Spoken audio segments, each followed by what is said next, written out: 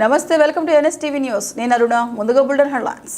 జగిత్యాల జిల్లా మెట్పల్లి పట్టణంలో pulse polio సందర్భంగా మెట్పల్లి క్లబ్ సుల్తాన్పురాలో ఏర్పాటు చేసిన పల్స్ పోలియో సెంటర్లో 5 సంవత్సరాల లోపల ఉన్న ప్రతి పిల్లల్ని తల్లిదండ్రులు వచ్చి పల్స్ పోలియో చుక్కలు వేయించారు. ఆశా వర్కర్ల సహకారంతో చాలా మంచి పద్ధతిలో పల్స్ పోలియో సెంటర్లోని నిర్వహించారు.